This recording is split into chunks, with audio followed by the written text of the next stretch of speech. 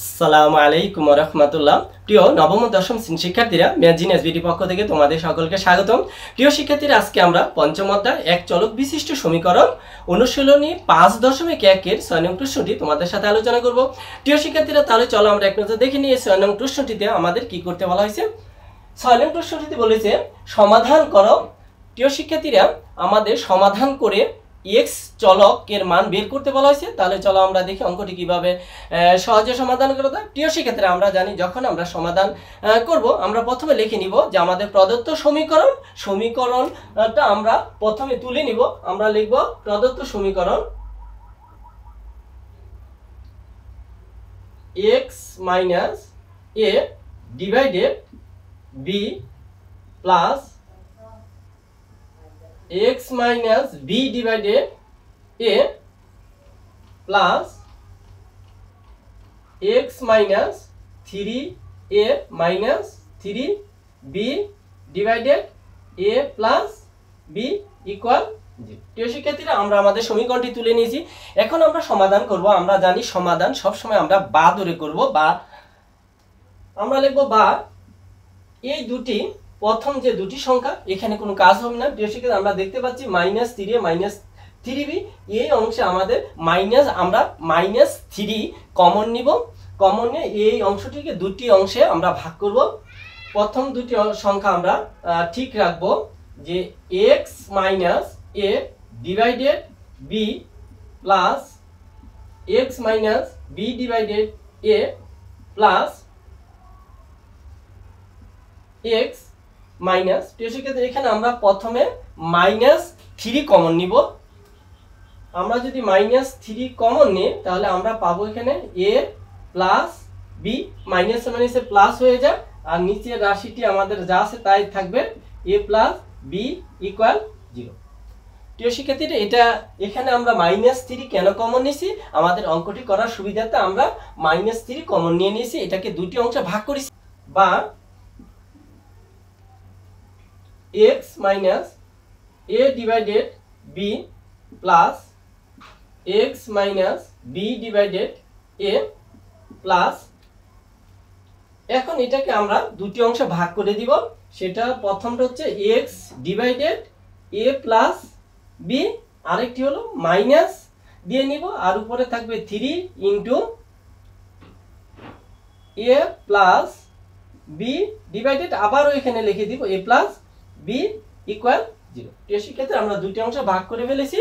এখন আমরা কি করব, a প্লাস b আর a প্লাস b কি কাটা যাবে, আর আমাদের এখানে থাকবে বা x minus a divided b plus x minus b divided a plus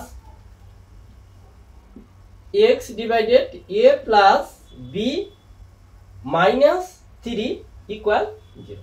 প্রিয় শিক্ষার্থীরা, আমরা এখানে অবশেষে -3 পেয়েছি। আমাদের রাশি দাঁড়াবে বা x minus a divided b, আমরা এখানে নিয়ে যাব -1, পরে প্লাস আছে আবার প্লাস দিব, x minus b divided a, এখানে আবার আমরা -1 দিয়ে নিব প্লাস, আর আমাদের উপরে ছিল x minus x divided a plus b, এখানে আমরা দিব -1 ইকুয়াল 0। প্রিয় শিক্ষার্থীরা, আমরা উপরে লাইনে দেখতে পাচ্ছি এখানে -3 রয়েছে। এই -3 কে আমরা প্রথম রাশির সাথে -1 নিয়েছি, দ্বিতীয় রাশির সাথে আমরা মাইনাস নিয়েছি, তৃতীয় রাশির সাথে আমরা মাইনাস নিয়েছি, -1 -1 তিনটা যোগ করলে আমরা -3 পাচ্ছি। এই -3 কে আমরা তিনটি রাশির মধ্যে ভাগ করে দিয়েছি আমাদের অঙ্কটা করার সুবিধার্থে। বা এখন আমরা কি করব, প্রত্যেকটি লসাগু করব। আমরা যদি লসাগু করি, তাহলে প্রথম অংশের লসাগু হবে b, b দিয়া b কে আমরা হরকে ভাগ করব, অর্থাৎ b দিয়া b কে ভাগ করব, ভাগ করলে পাবো 1। ওই 1 দ্বারা যদি আবার উপরেরটাকে গুণন করে আমরা পাবো x minus a minus b। প্রিয় শিক্ষার্থীরা, 1 এর নিচে 1 আছে, ওই 1 দ্বারা b কে ভাগ করলে হবে b, ওই b দিয়ে আবার 1 কে গুণন করলে হবে b। অনুরূপ ভাবে আমরা দুটি অংশ কিন্তু তাই করে নিব।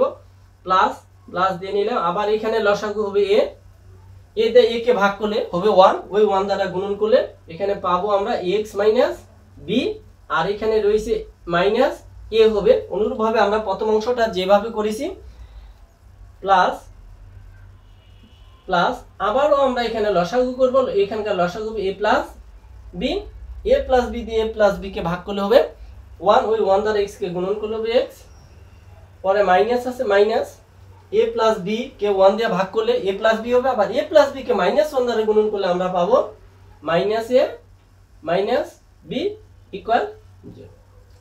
প্রিয় শিক্ষার্থীরা, আমরা যদি এখন উপরের দিকে লক্ষ্য করি তিনটি সংখ্যা, প্রথমটা ছিল x minus a minus b, দ্বিতীয়টি হলো x minus b minus a, তৃতীয়টি হলো x minus a minus b। তিনটি অংশ কিন্তু একই রকম।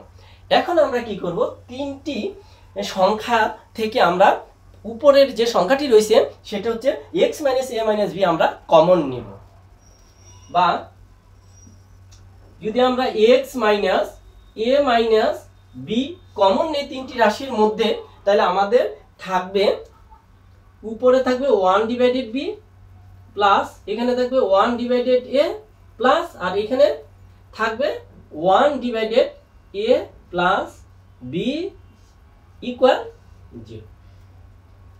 প্রিয় শিক্ষার্থীরা, আমরা এখানে x minus a minus b আমরা কমন নিয়েছি। কমন নেওয়ার ফলে আমরা দেখতে পাচ্ছি যে এখানে থাকে 1/b plus 1/a plus 1 divided a plus b equal 0, এটা রয়েছে। এখন আমরা লিখব বা x minus a minus b equal 0। আর এখানে একটা আমরা সাইড নোট দিয়ে নিব যে 1 divided b plus 1 divided a plus 1 divided a plus b is not 0। প্রিয় শিক্ষার্থীরা, আমরা দেখতে পাচ্ছি 1 divided b plus 1 divided a plus 1 divided a plus b is not 0 লিখেছি, কারণ এখানে যে x নেই তাই কিন্তু এখানে ইজ নট 0 হয়েছে, আর এখানে কিন্তু x বা চলক রয়েছে। এই জন্য আমাদের এখানে প্রথমে ছিল x minus a minus b into এই যে সংখ্যাটি ইকুয়াল 0, কিন্তু এই দুটি অংশই কিন্তু সমান ইকুয়াল 0 হবে। কিন্তু দেখা যাচ্ছে এখানে চলক না থাকাতে আমাদের প্রথম অংশটি সমান 0 হবে, এত ইজ নট 0 হবে। কেন হবে সেটা আমরা একটা সাইড নোট দিয়ে দেব,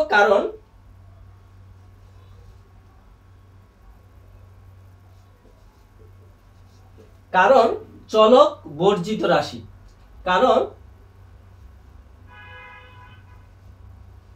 এখানে চলক x বর্জিত রাশি।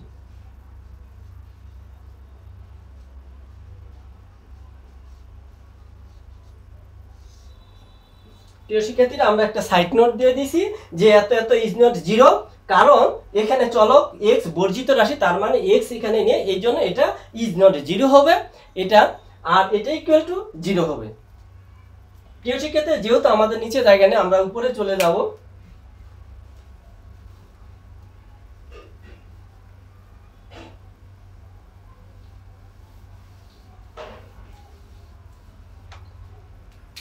আমাদের এটি ছিল এখানে বা x minus a minus b equal যদি 0 হয় তাহলে আমাদের চলকের মান বের করতে হবে। আমরা লিখব বা x equal a plus b। এখন এটা প্লাস মাইনাস রয়েছে a প্লাস b, আমরা যদি ওই পাশে নিয়ে যাই 0 সাথে যোগ করি হবে প্লাস a, আবার মাইনাস b আছে ওই পাশে নিয়ে গেলে হয়ে যাবে প্লাস b। যেহেতু আমাদের চলকটির মান বের করতে হবে তাহলে আমরা লিখতে পারি যে x ইকুয়াল কি a প্লাস b। অতএব নির্ণয় সমাধান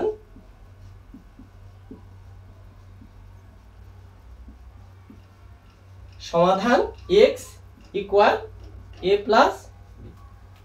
প্রিয় শিক্ষার্থীরা, আজকে আমরা তোমাদের সাথে 6 নং প্রশ্নটি আলোচনা করেছি। আশা করছি তোমরা অঙ্কটি বুঝতে পারছো। প্রিয় শিক্ষার্থীরা, তাহলে আজকে আমাদের এখানে বিদায় নিতে হচ্ছে। তোমরা সবাই ভালো থাকবে। আসসালামু আলাইকুম ওয়া রাহমাতুল্লাহ।